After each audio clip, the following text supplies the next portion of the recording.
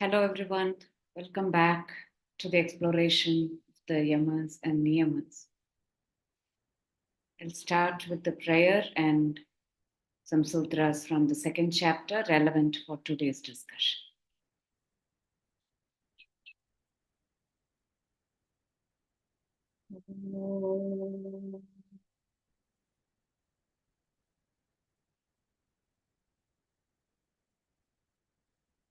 Sahana vavatu, sahanau bhunaktu, sahaviryam karavavahai, tejasvinavadhitamastu, ma vidvishavahai. Om Shanti Shanti Shanti Yogena Chittasya Padena Vacha Malam Sharirasya Cha Vaidyakena Yopakarottam Pravaram Munina Patanjalim Pranjaliranatosmi Abahu Purushakaram Shankhachakrasidharinam Sahasrashirasam Shvetam Pranamami Patanjalim Srimate Anantaya Nagarajaya Namo Namaha Gurubhyastat Gurubhyascha Namo Vakamadhimahi Vranimhe cha tatratyo Tampati jagatam pati Shri Gurubhyo Namaha.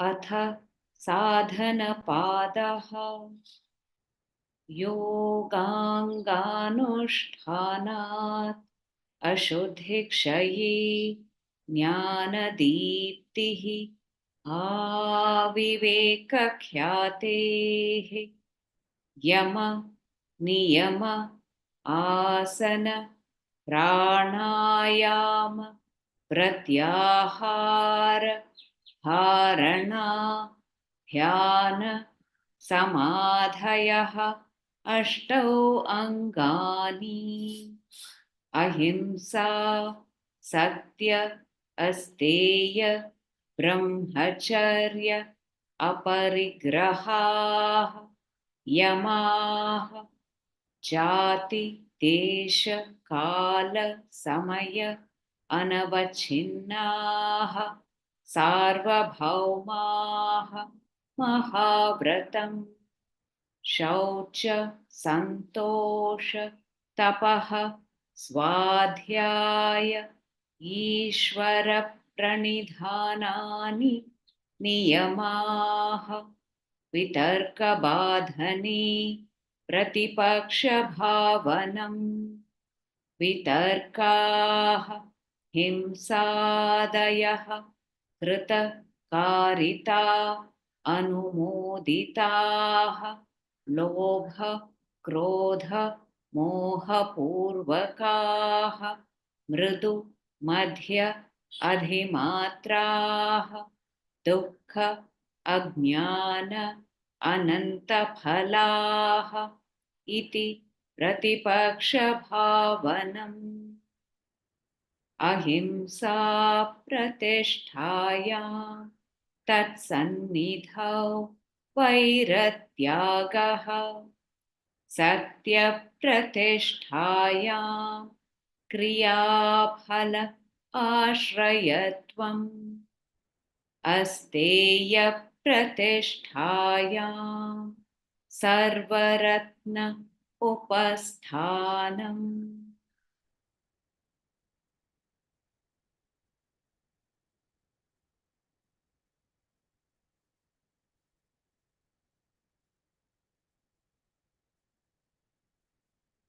Please sit with your back erect.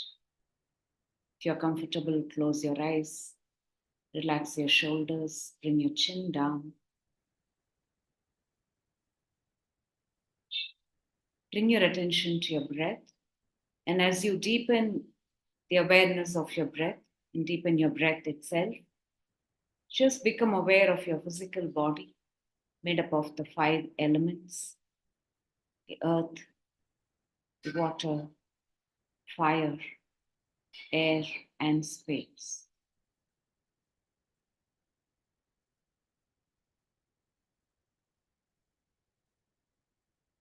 And the same 5 elements make up the space around you, the things around you, what you share with the rest of the world.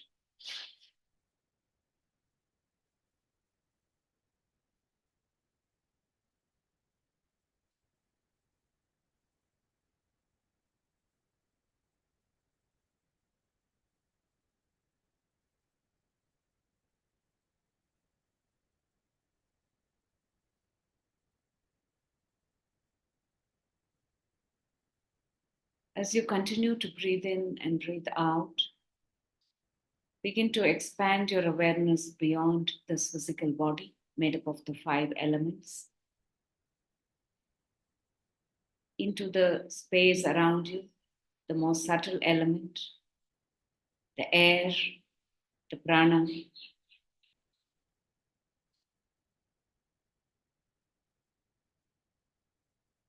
the experience of heat, the sunlight, the warmth in the room.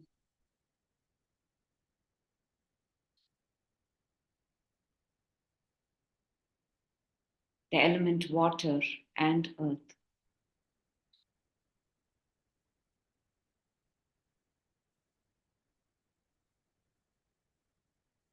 Just become aware of your physical boundary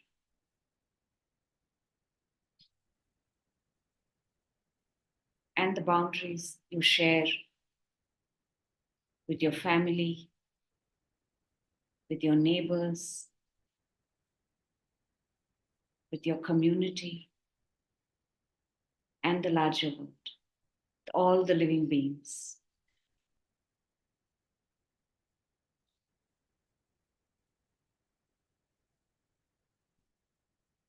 How are we transacting with the space around us?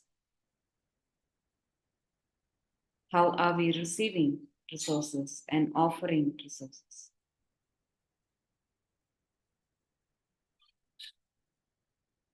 Pay attention to the exchange of energy through all these resources.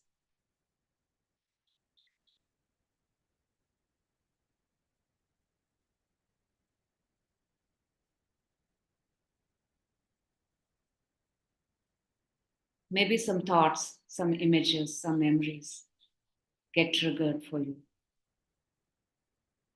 And as you pay attention to whatever is arising in the mind, observe your breath.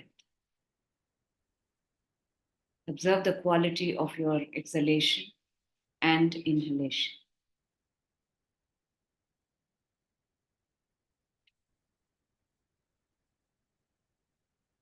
And observe how you're feeling in your body right now.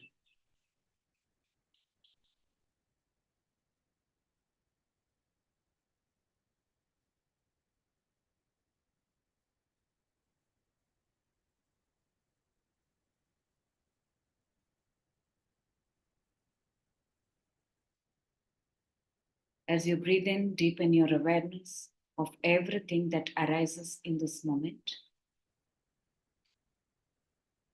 And as you breathe out, gently let go of whatever has come up, releasing it, emptying your mind, relaxing your body.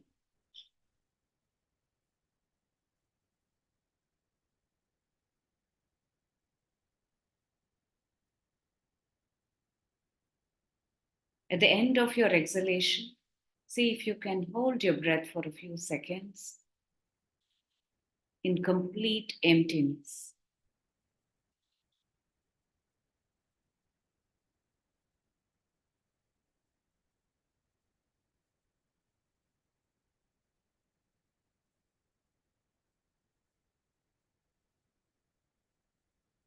Experience the stillness in the emptiness.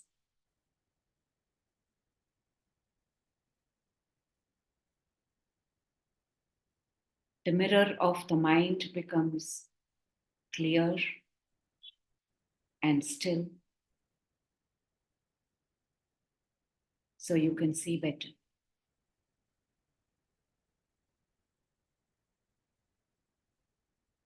Continue to breathe in such a way that the breath is so quiet, so subtle, that it does not disturb the flow of energy and keeps the mind really quiet and still.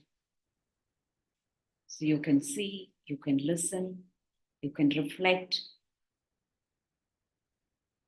and act from a space of clarity.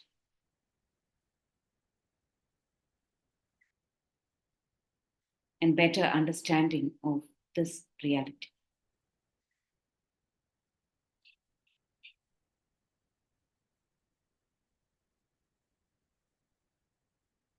And now come back to your natural breath.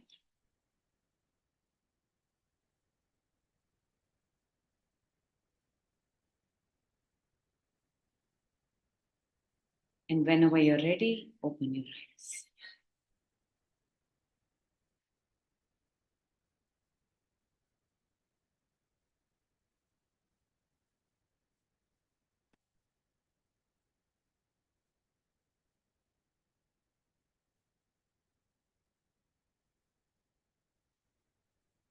Today we are entering into the exploration of the third Yama, the Asteya. But before that, would like to stay for a little longer to look at what came up the end of the last session. So we had decided, and Dolly had also announced at the beginning of the session, some of you may not have been there, that we are going to record and live stream only up to the point where I'm going to be talking. Okay, and then we will stop the live streaming, we'll stop the recording. So if any of you would like to share, reflect, do that freely, because it's only through that we can learn better. Okay, so this was also the feedback that came last time. If some of you are feeling uncomfortable, and of course we will feel uncomfortable if something is live streamed and recorded, and we really want to share from our heart. So today, maybe about an hour or so, I will speak, and then we will open it out for questions, discussions, and keep that free of anything, live streaming or recording. So the space is yours. Okay. Now, before we go into today's topic, again to remind ourselves that the very purpose of the practice of Ashtanga Yoga, which is all the 8 limbs of yoga, starting from the Yama, Ahimsa to Samadhi, the purpose of the practice of Ashtanga Yoga is to purify ourselves, Ashuddhi Kshaya. Knowing that by nature, Prakriti, matter, whether it is our physical body, whether it is our mind, whether it is the prana, which is common to the Purusha and the Prakriti, all of these are constantly getting defiled. Right? We are constantly gathering impurities, impressions, whether it is something that arises from our own memory, our own past experiences that have been unresolved, that block the channels for the prana to flow, or our transactions with the world through our sense organs. There's constant accumulation of impurities. And we also saw briefly what these impurities are. Okay. At the physical level, you can look at food that is not pure, food that is not eaten fresh, food that is not appropriate for our digestive capacity, which can become an impurity, can become toxic also. Okay? But there is a lot that we gather because within us, there is a tendency to hold on to these experiences in a certain form and experience them over and over again in a certain way. It's easy to say, somebody hurt me when I was 5 years old, somebody treated me badly, all of that. But I have to remember that there is an innate energy within me that is constantly attracting these experiences. I'm attracting these experiences and I'm holding these experiences in a particular way. Okay. We call that raga. Raga is my need to want to experience only pleasure, only sukham.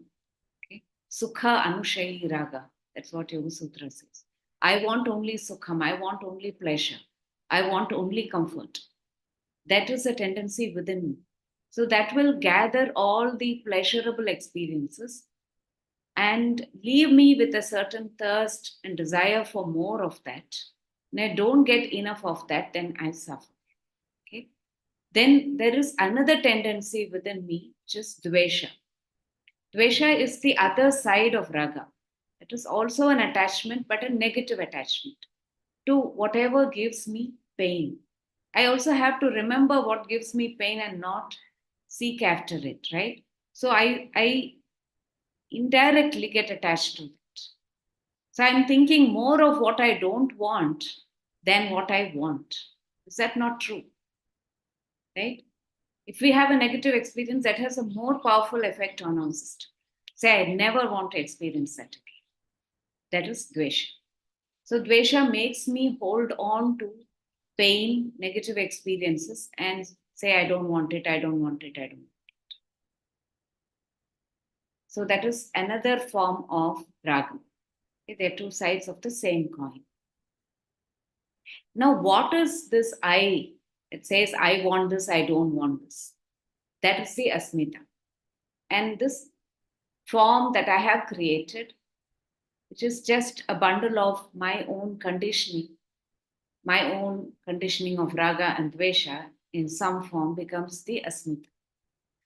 And at the level of the asmita, which is a little more subtle, maybe we are truly not aware of it, we are more aware of raga dvesha. And more than experiencing sukham and dukkham, we experience ragam and dvesha. So most of our life are only experiencing raga dvesha, not sukham dukkham. Immediately sukham and dukkham get converted to raga dvesha. That is what we keep experiencing over and over again. Put us in the Shadara chakra. You remember that cycle, yeah? Spoke about in the second session. Asmita is what I am attached to about myself, what I want to see, what I want to hear, what I want to believe about myself, which gives me sukham. So there is a certain element of ragam in my asmita. I'm attached to hearing all pleasant, pleasurable, affirmative, appreciative statements about. And the dvesha is I don't want to hear, I don't want to see, I don't want to even know what is not good in me. So I push it away, I lock it up, I put it into the basement, and I pretend as if it does not exist. Asmita. What is the undercurrent? What is the sap that is running through the tree? It is the abhinivesha, which wants to protect me in this form over and over again. Never wants this form to die. It is abhinivesha. So these are the impurities that we are looking at. And the root is avidya. Because I don't know who I am, I don't have an understanding of my true nature, I'm holding on to this idea of me and I'm feeding it, embellishing it, and making that stronger and stronger, like this big fat trunk of the tree that's continuing to produce more and more fruits that are sweet and bitter and all of that, continuing to drop the seeds into the earth and proliferating. Yeah. Underlying avidya is the current of the rajas, tamas, and sattva. That is really the underlying fabric of our very existence.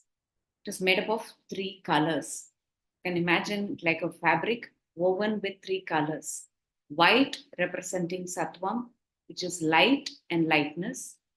Red representing rajas, which is action. Yeah. And black, tamas, which is form, substance, inertia, that which covers up the light. So as long as the red and black are dominant in this fabric, it's changing. It's not like a permanent thing.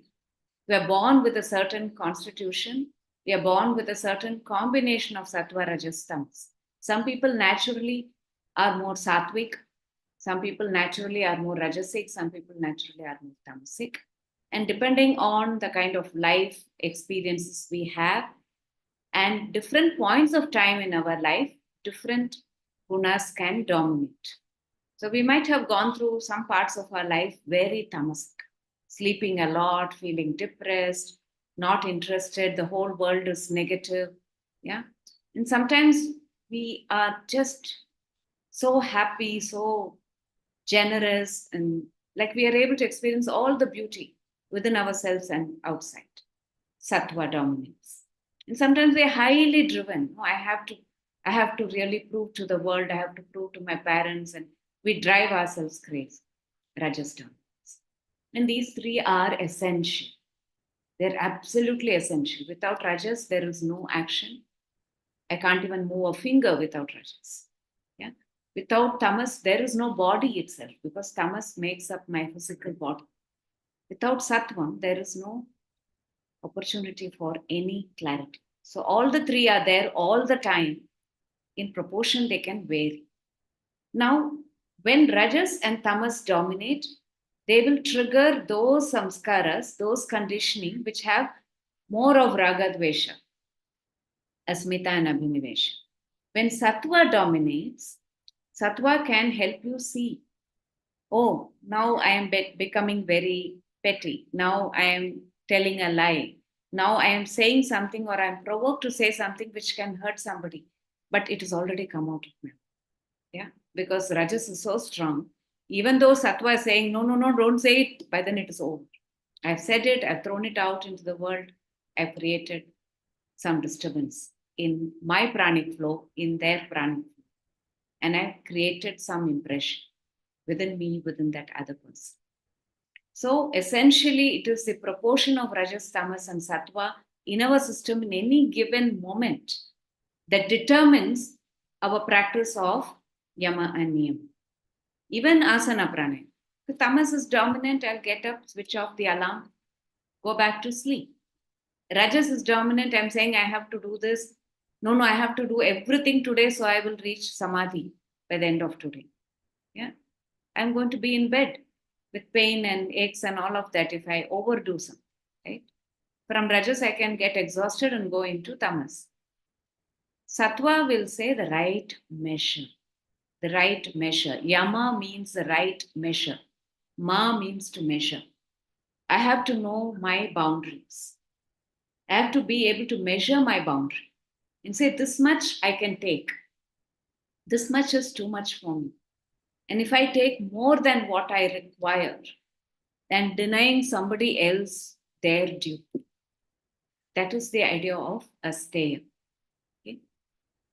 But last week we were looking at the conflict between Satyam and Ahimsa. And we also looked at how Ahimsa is the Prathamo Dharma, the main fundamental Dharma, the fundamental ground on which we need to stand and be anchored in. Everything ultimately has to go back to Ahimsa. Whether it is my asana practice or my pranayama or the food I eat or how much I consume of the resources in the world, everything has to come back to Ahimsa, not cause harm. So Asteya also has to be consistent with Ahimsa. But last week we looked at Satyam and how can Satyam be consistent with Ahimsa, right? So when there is Sattva dominating, the mirror becomes clear. There is light shining through. So Ashuddhi Kshaya, remove the impurities, reduce the impurities. Jnana Deeptihi, there is light shining forth. The light is your true nature. That light shines through your mind, so you can see what you're seeing with greater level of clarity and understanding. Yeah, you're not limited by your own asmita. You're not limited by your raga, dvesha, abhinivesha. You can see clearly beyond all that. Jnana diptihi aviveka khyati. There is continuous, uninterrupted understanding of the truth, the reality. That I am made up of both that which is changing, that which is dying, that which is getting defiled all the time. I am also that pure entity, that pure light, which can never die, which is never born, which never suffers. Viveka Khyati is I am moving towards that state of Viveka. And so, whatever I do, whatever choices I make, have to take me in the direction of yoga, of understanding the true nature of myself, the true nature of reality. Nothing should come in the way. So, for a committed practitioner, for Ashtanga yogi is a committed practitioner, not somebody who's dabbling with group yoga classes and saying, okay, I have to keep my body fit. That's all I need of yoga. Ashtanga yogi is somebody who's saying, I want to purify myself so that I experience the highest level of yoga. Okay, I need clarity in perception.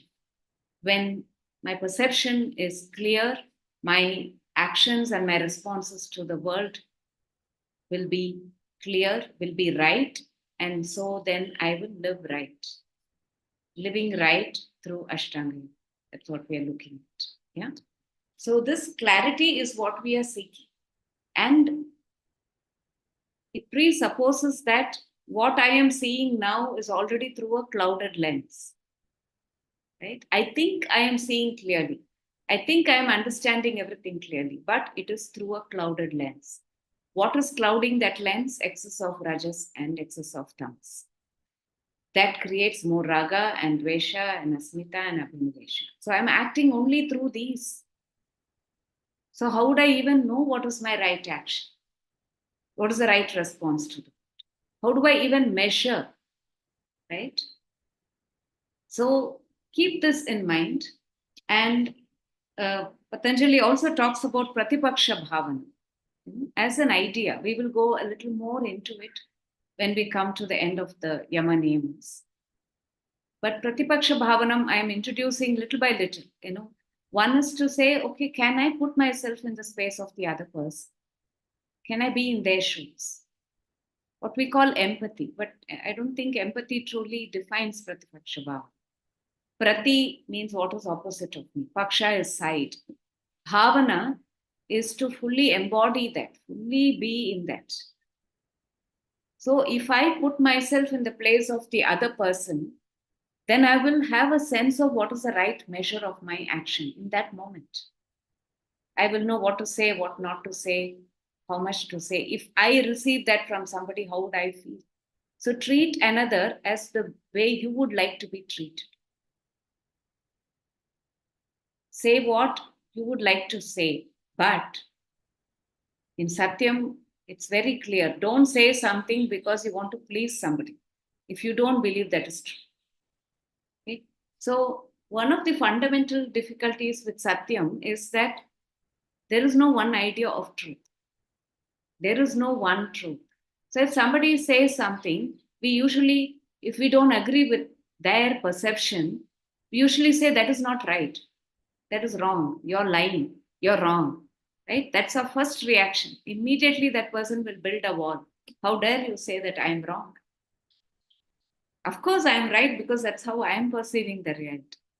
But if I have to say it with Satyam, I can say, oh, is that the way you see it?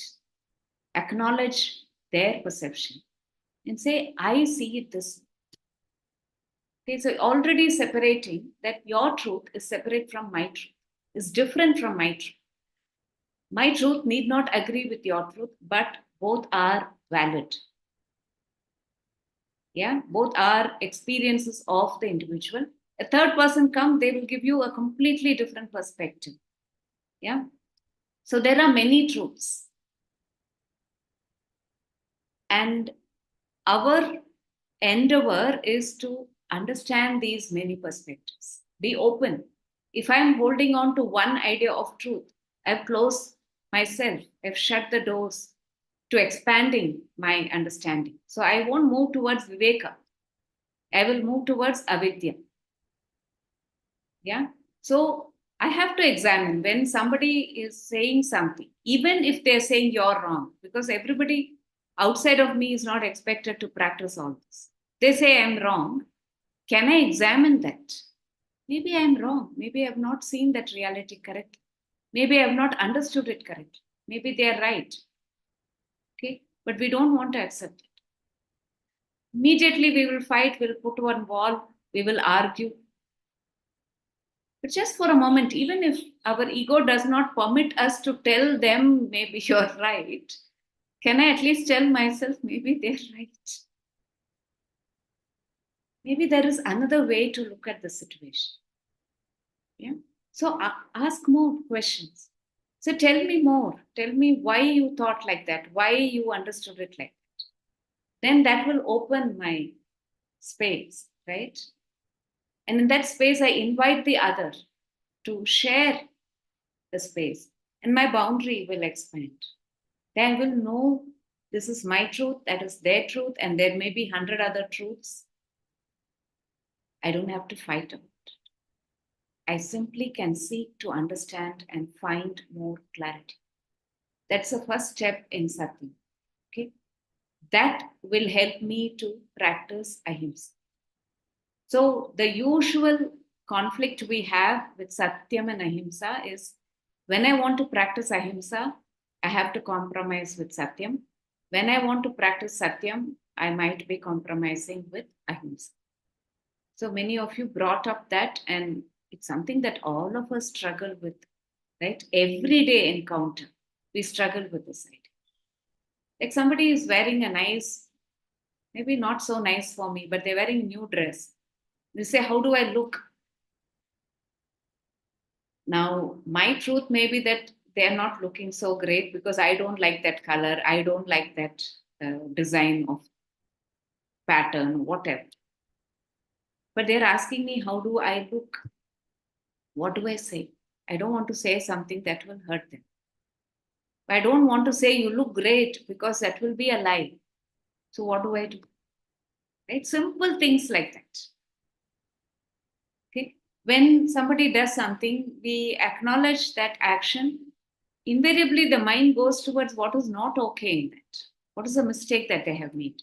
But we don't probably look at what 9 things that they've done well, but the 10th thing that they have not done well, my mind will go there and say that's not okay.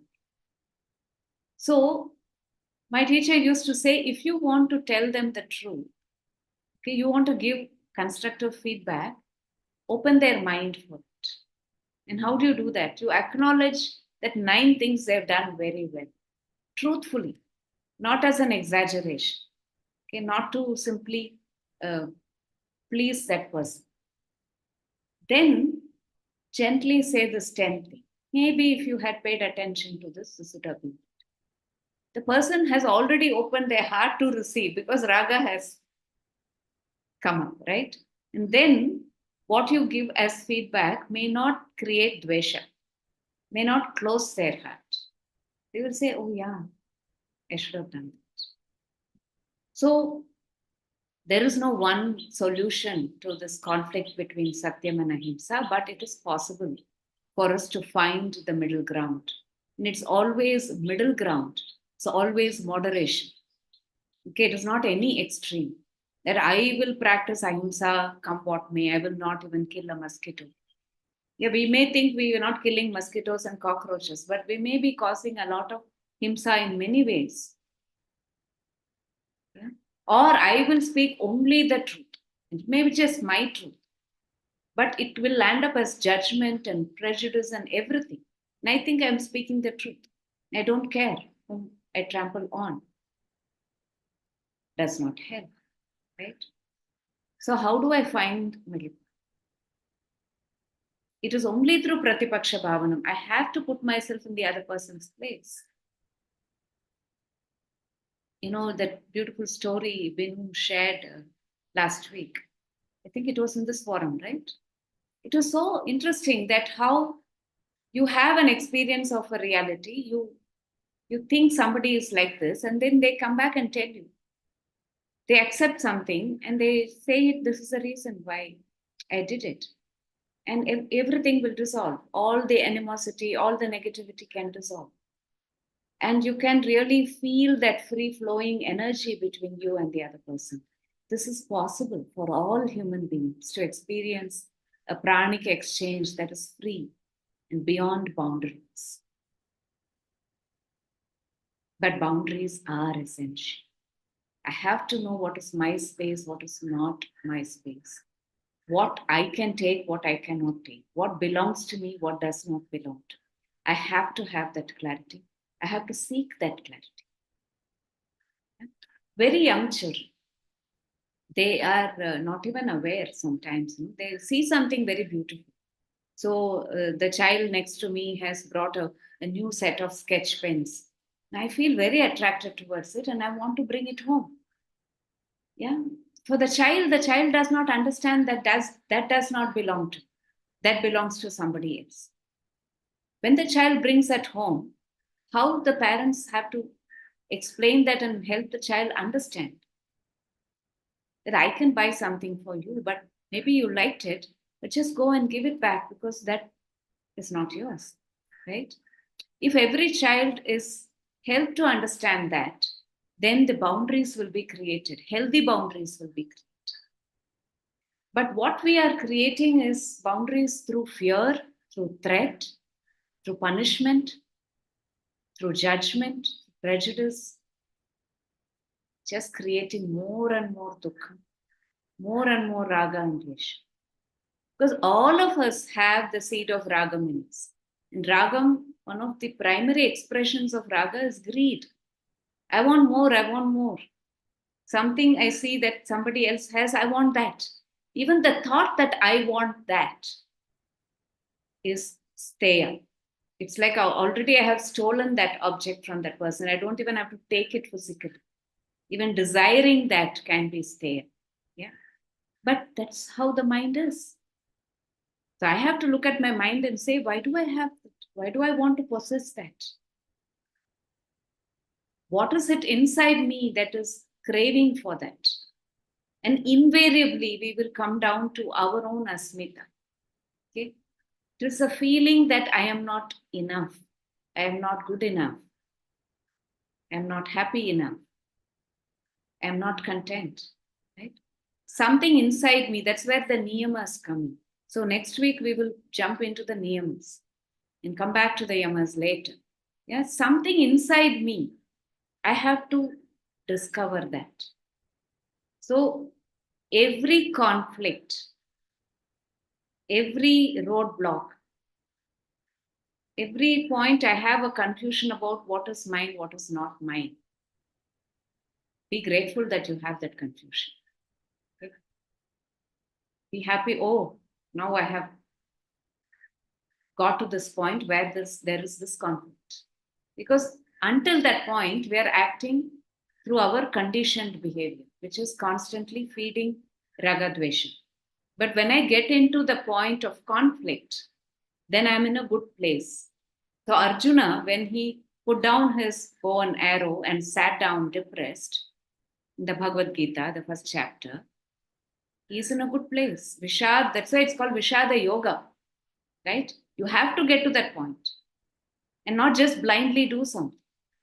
That is when you have the opportunity for any learning, any change to happen. So then inquiry can happen. So instead of moving outward, saying, they took more, let me take more, I will move inward and say, do I really need it? Yeah. So again, Asteya in relation to Ahimsa and Sati, because these are not independent. None of these practices are independent of each other. All of these is like a spiral. Everything will feed the other. If you're in the right direction, Your practice of asana pranayama should help you to have greater clarity, because asana brings down rajas, pranayama brings down tamas. We will have greater clarity. We will be able to reflect. We will be able to pause and ask ourselves, what is the right action here? What's the right thing to do here? Okay? So when I start turning inward and asking these questions, even when it is a very painful situation, I know I am on the path of yoga.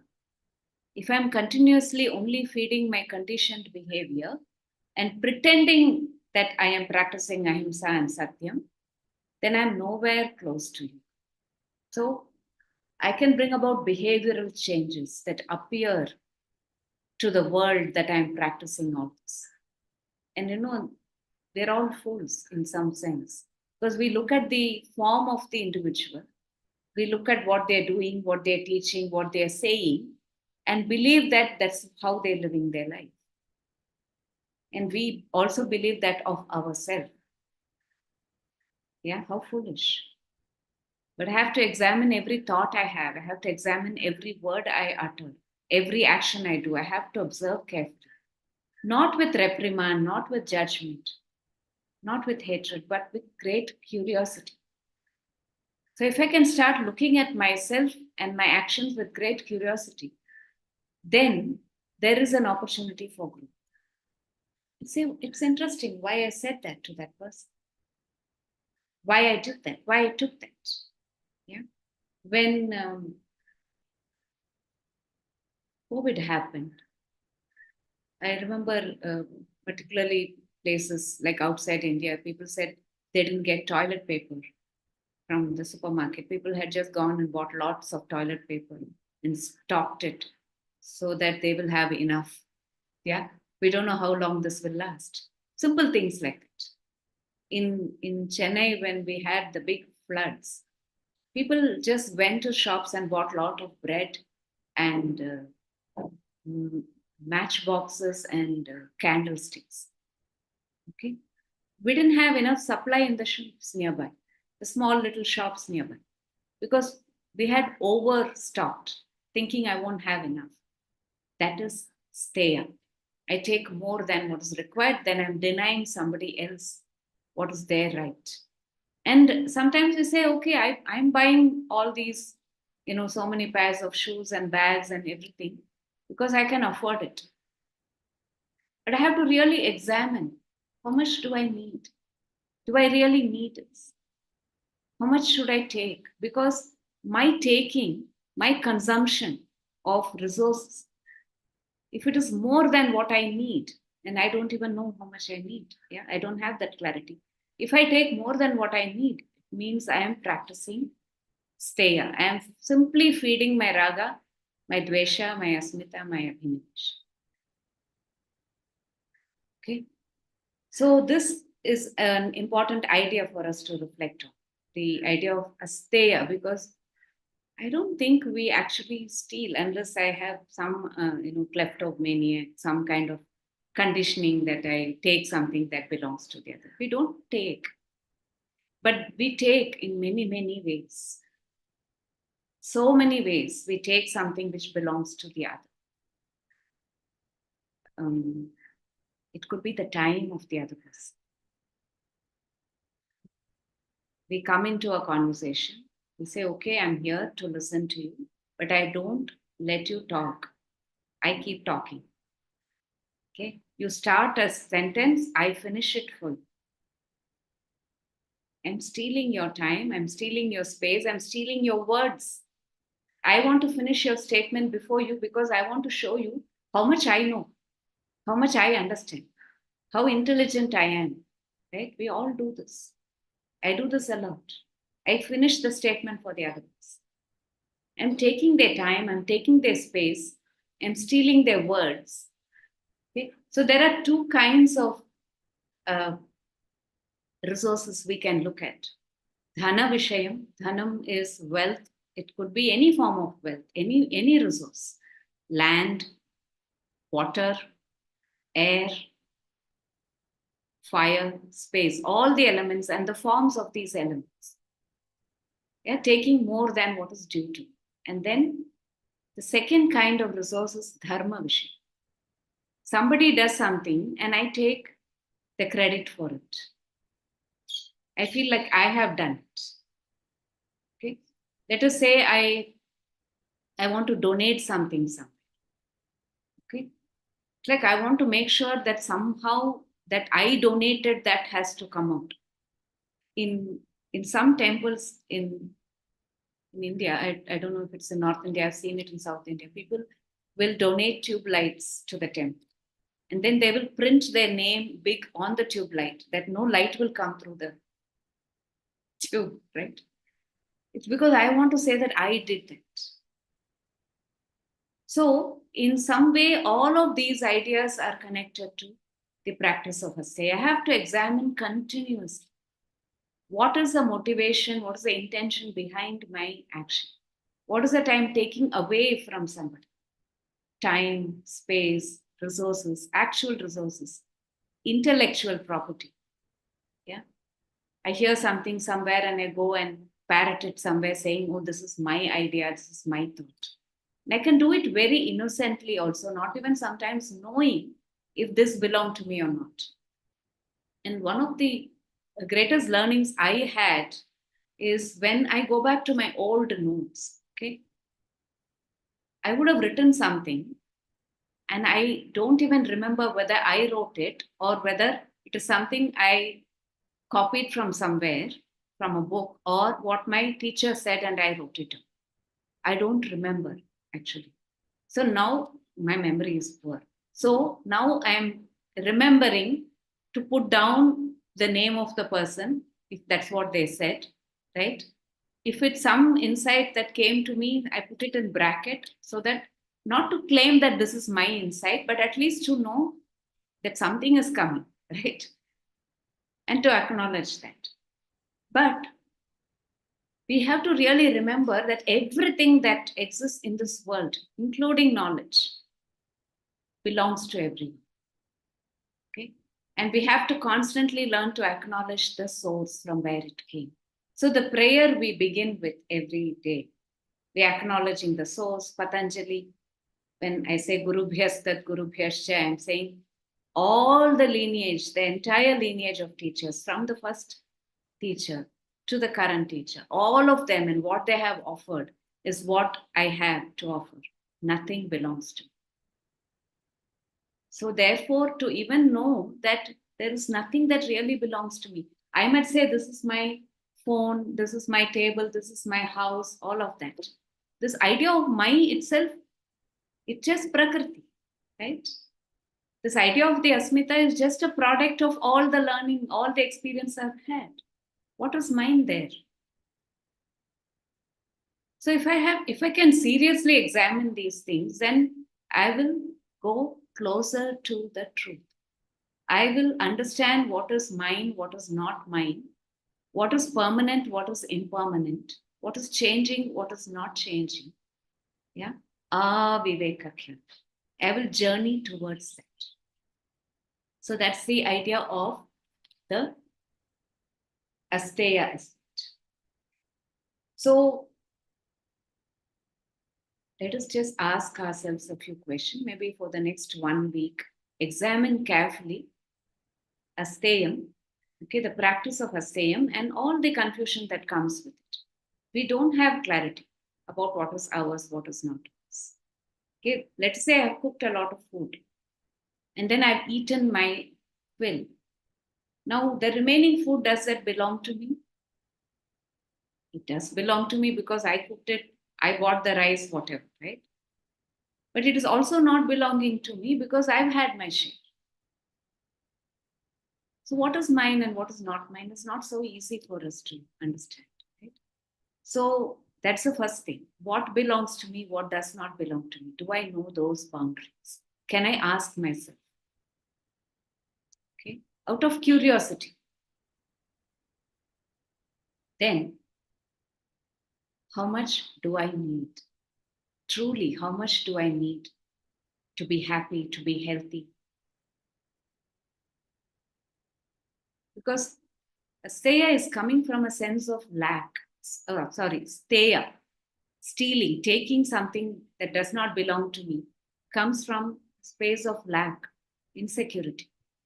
What if I don't have enough tomorrow? So I want to take more. Yeah.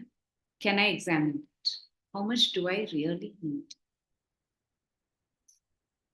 If I overconsume, what will be the implications of that? Let's say, I mean, in India now it's the beginning of summer, and we're all, expecting in for some serious issues with summer also, not having enough water.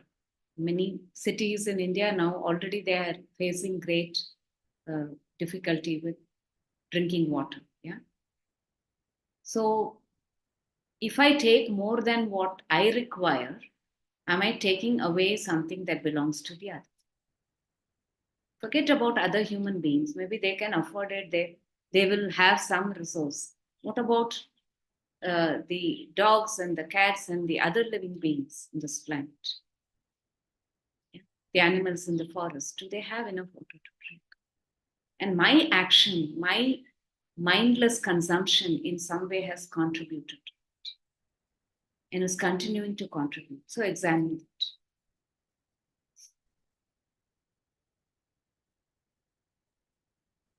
So the practice of the yamas and niyamas is the first level of vairagya. Vairagya is I don't need it. I can let go of this. That is vairagya. I have to tell myself I don't need this, so I let go of it. First level of vairagya is called yatamana sanya vairagya. Yatamana is to learn to measure how much I need, and anything excess of that, say I don't need. So I have to carefully examine and tell myself that is enough, I don't need. So this requires a lot of clarity. It requires courage. It requires a deep understanding of our interrelatedness. That we are all interconnected, we are all interdependent with the rest of the universe, with all living beings. And if I truly have a measure of that interconnectedness, if I truly have clarity that comes from my own practice of all of these, then those actions will be consistent with yatamana sanya vairagya. I will have the courage.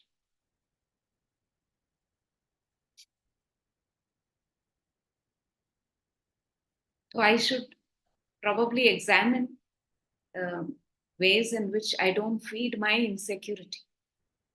Because I'm constantly feeding my insecurity by taking more, taking more. What if I don't have enough? But even as an experiment, why not understand? Why not explore how much is enough? Yeah. So I'm going to just stop here. We will take 3 to 4 minutes to sit quietly. So you allow all of this to sink in and just be quiet. And then I'm going to ask maybe in 5 minutes' time to stop after 5 minutes, okay, to stop the live streaming and the recording. So then we can get into the discussion.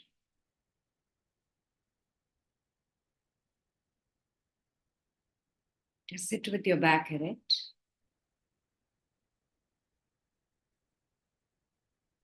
Bring your awareness to the body. Become aware of your sensations.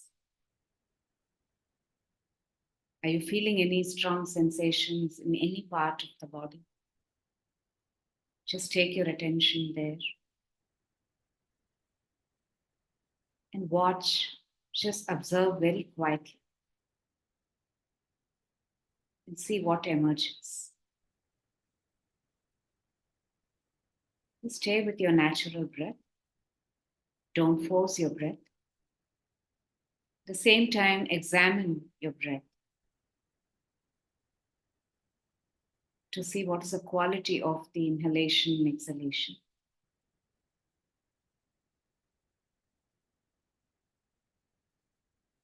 In retrospective, you can also bring your awareness to any strong thought, trigger, memory, or sensation that arose through the discussion the last 1 hour. Gently bring your awareness to it.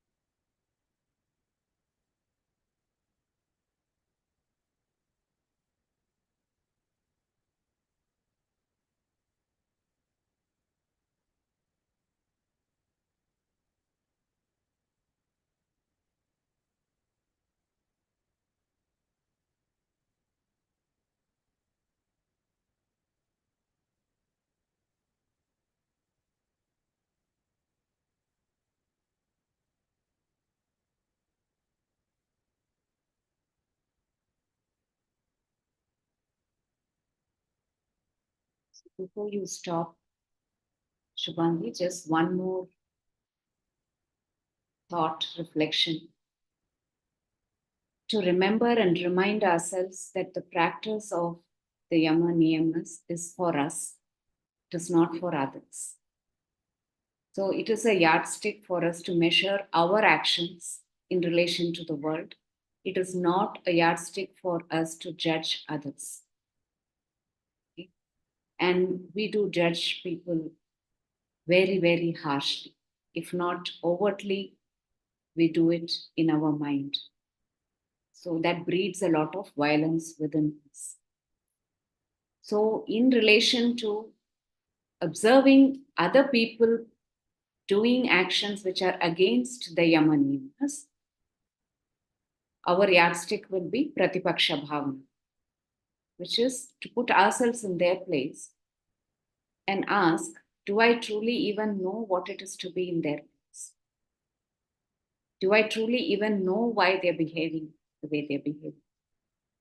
And release them from the judgment. But where you need to protect, you need to protect yourself or somebody else. But let actions not come from the space of violence and judgment. That is non understanding. That does not take us towards yoga.